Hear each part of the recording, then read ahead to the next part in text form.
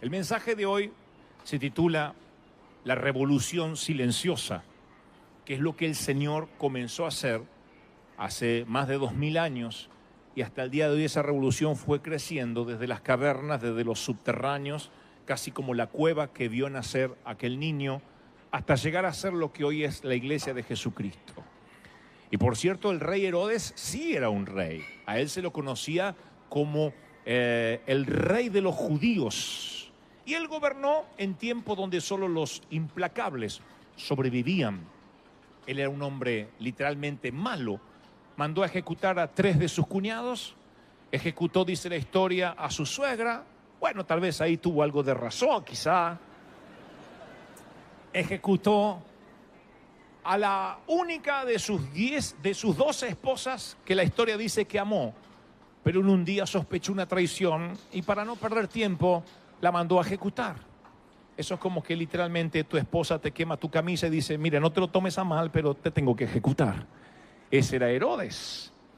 Y como había una ley que decía que los judíos no comían puerco, no comían cerdo, había no una ley, sino una frase que decía, era mejor ser un cerdo de Herodes que ser uno de sus hijos, porque también mandó a ejecutar a varios de sus hijos que él sospechaba que querían su trono.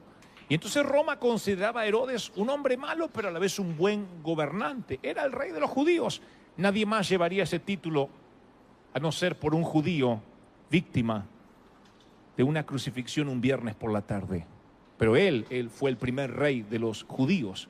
Pero ahora nace Jesús en una cueva y ese sistema de dignidad, tal como lo conocían los romanos, empezaba a colapsar porque alguien venía a cambiar las reglas de juego. Nunca se hubiesen cruzado Jesús, el niño Jesús, y el gran Herodes, el grande. Así le decían a Herodes, el grande. Nunca se hubiesen cruzado aquel niñito pobre con el rey Herodes, a no ser porque unos magos del oriente dijeron, queremos conocer al rey de los judíos que dicen que ha nacido por aquí. Eso puso loco a un inseguro Herodes, porque Herodes había escuchado muchas profecías de los judíos. A través de los años se decía que vendría un libertador, un Mesías, un guerrillero, alguien que iba a oponerse al dominio romano, sirio, persa, quien estuviese en ese momento. Y cuando Herodes escucha que los magos del oriente dicen, hemos venido a conocer, ellos le preguntan a Herodes inocentemente, ¿ustedes saben de alguien que nació por aquí en estos días, que es el rey de los judíos, que es el hijo de Dios viviente, que todos los profetas han anunciado? Herodes se pone tan loco y tan inseguro, se turbó, dice una versión, que esa noche hizo que nadie durmiese en derredor y que las estrellas no brillaran como la canción y el villancico Noche de Paz. Él salió a matar, una ejecución, una orden, que todos los niños tenían que morir. Y eso no es algo agradable de contar, pero si pudiéramos graficarlo en pocas palabras, es los soldados romanos entraban por la fuerza a cualquier casa y se veían un infante, varón. Entonces le clavaban una lanza al bebé y se iban, o una espada. Tenían que eliminar a cualquier niño para que ese rey de los judíos, esté donde esté, también muriera y que nunca llegara a ser el rey de los judíos. Los caminos se cruzaron simplemente porque alguien habló y él tuvo la inseguridad de que un niño algún día podía quitarle su puesto. Cuando la Biblia habla de niño, es el nivel más bajo de la escala social. En la cadena alimenticia social, el niño en los tiempos de la Biblia estaba en el lugar más bajo. En el Imperio Romano los niños, muy pocos niños llegaban a crecer. Se los abandonaba cuando nacía. Había una ley que decía que el niño era una suerte de planta hasta los 8 días de haber nacido. Hasta los 8 días un padre podía abandonarlo sin que la ley le cayera encima. Se los abandonaba en estercoleros, en basureros, o simplemente se los dejaba en la calle a morir de frío o por el sol. Cuando un niño nacía, se lo abandonaba si tenía algún pequeño defecto. Era material desechable. Y el niño crecía toda la vida sabiendo que sus legítimos padres lo habían abandonado en un estercolero o en un basural. Pero la historia empieza ahora a dar un cambio rotundo. Y ese niño, que era un copros, que era un niño fugitivo desde que nació, y que nació, insisto, con compañeros de cuarto de 4 patas, en medio de la mugre, en un establo maloliente, ese niño empieza una revolución silenciosa y a cambiar las reglas de juego del mundo entero, comenzando por Roma. Un día crece y da las vueltas de juego. Él dice: Jesús, ¿quién es más importante en el reino de los cielos? Ahora es Cristo ya un hombre maduro, tiene unos 30 años y algunos meses, y dice: ¿quién es más importante en el reino de los cielos? Y llamó a un niño, quizá un copros, quizá uno de esos que abandonaban los estercoleros. Le dice: ven, niño, y lo pone en el medio. Ya eso era causa estupor, no había niños entre los adultos. La Biblia dice: y traían los niños a Jesús, o sea, no podían venir por sí solos, los tenían que traer, eran dependientes, frágiles, los mandaban, eran poquito más que un esclavo, no tenían el lugar que los niños tienen ahora. Jesús pone un niño en el medio y le dice: a menos que ustedes cambien y se vuelvan como estos niños, no entrarán al reino de los cielos. Por tanto, el que se humilla como este niño será más grande, el más grande en el reino de los cielos. Jesús empieza a cambiar las reglas de juego y está diciendo: la tarea del niño no es ser como Herodes, sino que la tarea de Herodes es ser como el niño. Había un reino que el Señor dijo: tráiganlo porque el reino es de ellos. Y ya eso no le gustaba porque se empezó a gestar una revolución silenciosa. El antiguo sistema de dignidad y estatus empezó a caerse. Y empezó un movimiento subterráneo, como comenzó en la cueva con ese peligroso bebé que socavó o que hizo temblar al mismísimo rey Herodes. Y desde ese día, desde que Jesús empieza a cambiar las reglas de juego, hasta el día de hoy, más de 2000 años, vemos las cosas diferentes. Ya no van a ver ustedes gobernantes que le agregan a su nombre el grande, porque la prensa los trataría de ridículos. Ya no van a ver a ustedes a presidentes que salgan con una capa roja y con gente que se inclina a su pasar. No los verán. Ya no verán a gente así porque se los mira mal. Pero en esta época era lo lógico, eso era el estatus.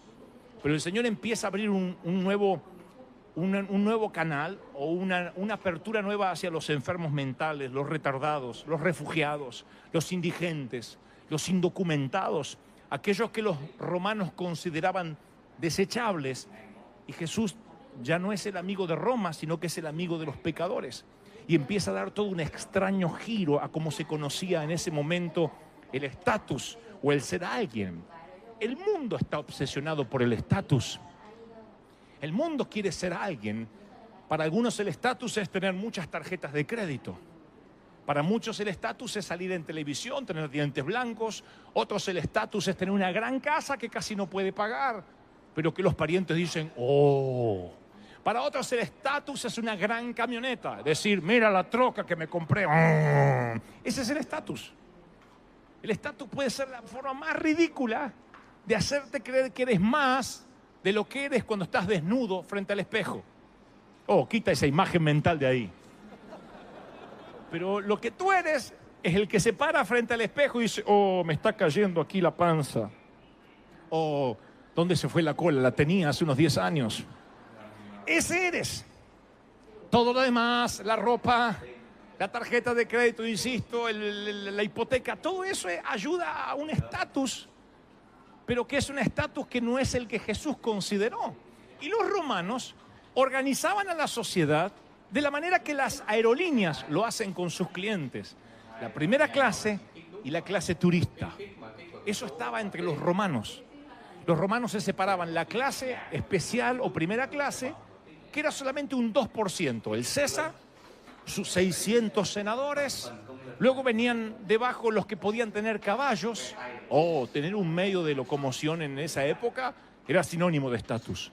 Tenían caballos con fines militares y esos eran los que seguían después, más abajo. Un poquito más abajo, los que tenían algún puesto en el gobierno. Y después estaban todos los que vivían en el imperio, el 98%. no eran nadie, eran don nadies, pero podían disfrutar de las delicias del imperio, del agua corriente, de la luz. Más abajo de todo eso estaban los esclavos, abajo de todo. Los esclavos no se contaban dentro del 100% de la ciudad. Si hacían un censo, los esclavos no se contaban, eran desechables. ¿Quiénes eran los esclavos? Posiblemente los copros, posiblemente los desechados de la sociedad, que no servían para otra cosa que servir a los señores. Por eso cuando Pablo encabeza su carta a Roma diciendo, yo, esclavo de Jesucristo, era un suicidio social. Estaba diciendo Pablo, no solo soy esclavo, sino que soy esclavo de un esclavo. Eso era un suicidio, decir en esa época, yo soy esclavo de un esclavo. Porque en Roma hasta los lugares públicos no se determinaban por el boleto que pagabas, sino por la jerarquía. Cuando ibas al circo romano, quienes se acercaban más al stage o donde ocurría la acción eran los de mayor jerarquía. Porque en Roma el esclavo no podía hablar. El que estaba allá y era de menor categoría tenía que quedarse allí el resto de su vida. A los de estatus bajo no se le permitía interrumpir a los de estatus alto mientras hablaban. Pero el de estatus alto podía interrumpir en cualquier momento a alguien que tuviera un estatus más bajo. Como pasa casi hoy. Cuando un jefe interrumpe a un empleado, se le llama liderazgo. Cuando un empleado interrumpe al jefe, se le llama ex empleado. Así que el Señor que comienza a hacer un cambio de reglas de juego, se pone a hablar que de pronto, si queremos llegar al reino de los cielos, primero tenemos que ser como niños. Y después dice un día Jesús, ustedes saben que los gobernantes oprimen a sus súbditos, que los oficiales abusan de la autoridad. Lo dijo abiertamente y esto no preocupó a nadie, ni ofendió a la cúspide romana, porque se sabía que había que pisar cabeza para ser alguien. Pero lo que viene a continuación los ofendió. Pero entre ustedes no debe ser así. El que quiera ser grande deberá ser el servidor. El que quiera ser primero deberá ser esclavo de los demás. Así como el Hijo del Hombre no vino para que los sirvan, sino para servir y para dar su vida en rescate por muchos. Nunca el invitado de honor en una cena recoge los platos.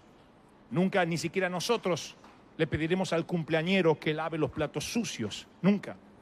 Sin embargo, el Señor está diciendo, ¿quién es el más importante? ¿El que está a la mesa o el que la sirve? No es una pregunta difícil. Los grandes se sientan, los humildes sirven. Pero el Señor agrega, yo estoy entre ustedes como uno que sirve. En otras palabras, como el que recoge los platos sucios. Es un contrasentido. El que sirve es más grande a los ojos de Dios, pero es el menor ante los ojos del estatus. Y si quedan dudas todavía de que un niño está cambiando la historia de Herodes, un día, en los días finales antes de morir, el Señor se viste de esclavo. Se pone lo que los esclavos se ponían, se ciñe una toalla y en la última noche, como Jesús sabía que el Padre había puesto todas las cosas bajo su dominio, que había salido de Dios y que volvía a Dios, entonces se levantó de la mesa, se quitó el manto, se ató una toalla a la cintura, echó agua en un recipiente y le comenzó a lavar los pies a los discípulos y a sacárselos con la toalla que tenía en la cintura. ¿Cuál es el secreto para servir? Él sabía que todas las cosas estaban bajo su dominio. El que sabe quién es el que menos problema tiene de lavar pies. El que dice, ¿cómo me van a mandar a mí a hacer eso? Es porque todavía no sabe quién es. No está seguro de la autoridad que tiene. No está seguro que es el Hijo del Rey de Reyes. El Hijo del Rey, el que acomodó el cosmos en su lugar, el que niveló las montañas y metió los mares y los océanos en su cauce, ese, sabiendo que venía de Dios y que a él volvía, ¿cómo sabe quién es? No se le cayó ningún anillo por decir, muchacho, le lavo los pies. La tarea más denigrante en los judíos era lavar los pies. Para el último de los esclavos, oiga, alguien tiene que lavarle los pies al rabino, al rabí, pero él no tiene que lavarle los pies a los demás. El Señor dice, ustedes me llaman maestro y señor, y lo soy. Pero si yo, siendo señor y maestro, les he lavado los pies, ustedes deben lavarse los pies el uno al otro. El Señor que nació llevando pañales y salió ceñido con la toalla de un esclavo de la vida, les dice, si ustedes no se lavan los pies entre ustedes, no son como este copros, este niño defectuoso, ni piensen que tienen parte conmigo. Aún en los minutos finales, le lava los pies entre ellos a Judas Iscariote, que lo va a traicionar. Esos pies que ahora él está limpiando de las heces, de la arena, de la tierra de Israel, esos pies correrán a traicionarlo.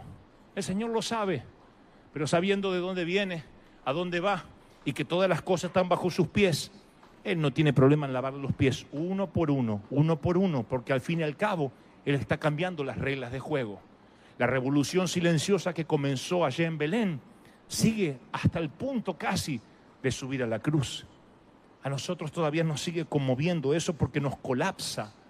Nadie se humilla deliberadamente. Usamos frases como fulanito de tal me humilló. Es eso lo que no puedo olvidar. El Señor dice, no solo te van a humillar, sino que las reglas de juego, si quieres jugar en mi monopolio, consisten en que te humilles a ti mismo también. Es que lo que me hizo fue una humillación muy grande. Te vas a tener que humillar a ti mismo si quieres formar parte de este reino. ¿Estoy siendo claro, sí o no? A tal punto que como Él se humilló en lavar los pies, así te tienes que humillar a ti mismo. Y de pronto las reglas de juego empiezan a cambiar.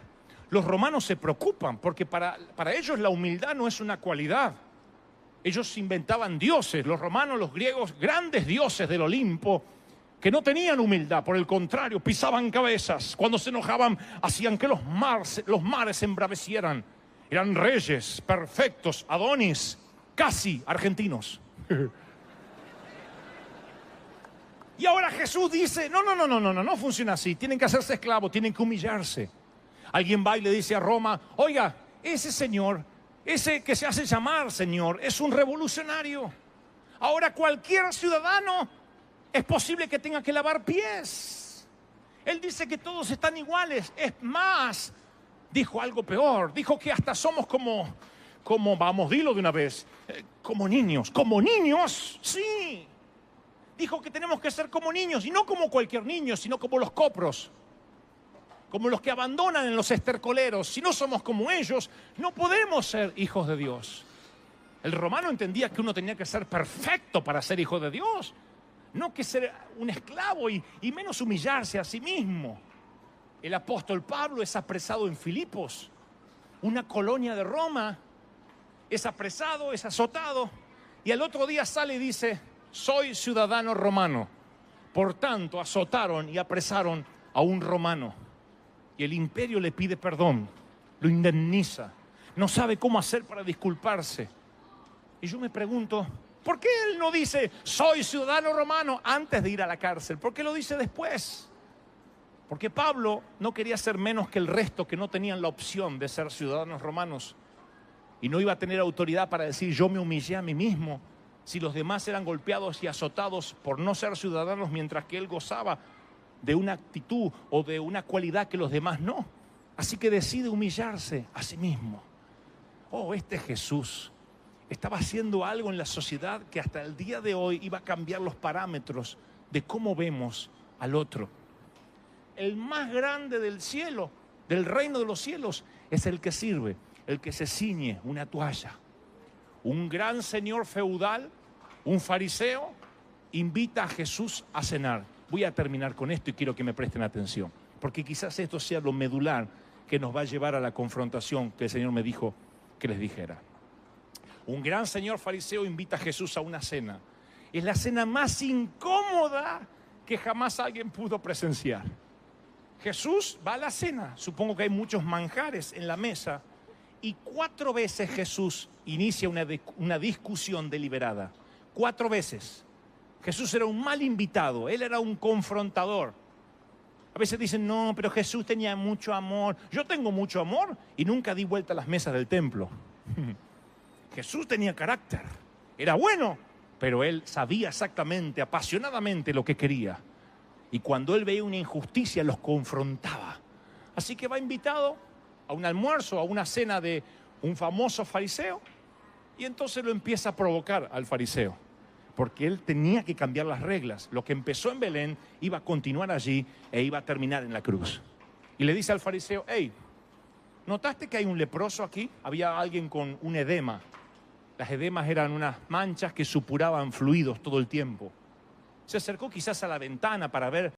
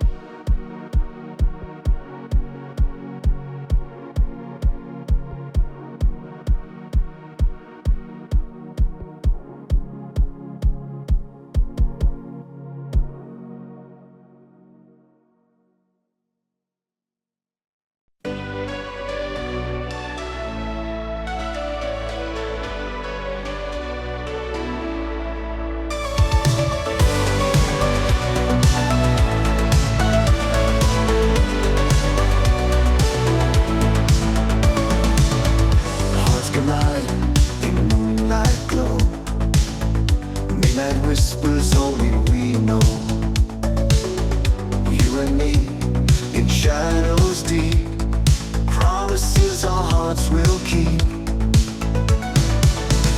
Neon lights and city dreams, dancing lights and silent screams. Holding tight, not letting go. In the night our love will show. Echoes of love, loud and clear. In my heart you're always near. Feel the beat of our desire, burning love like endless fire.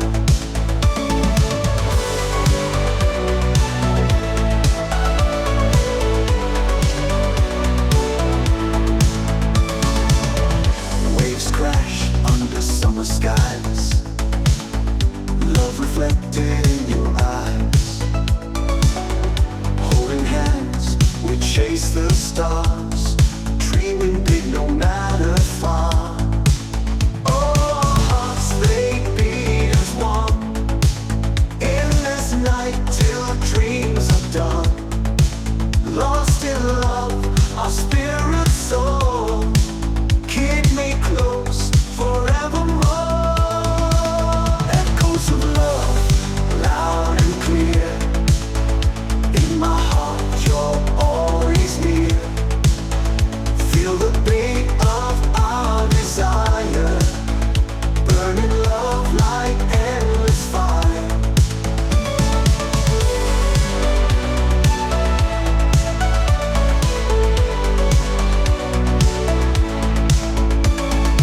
Only dawn's light, we find our way. Love's first light will guide the day. Through the night we found our truth. In the dawn our love's relentless youth.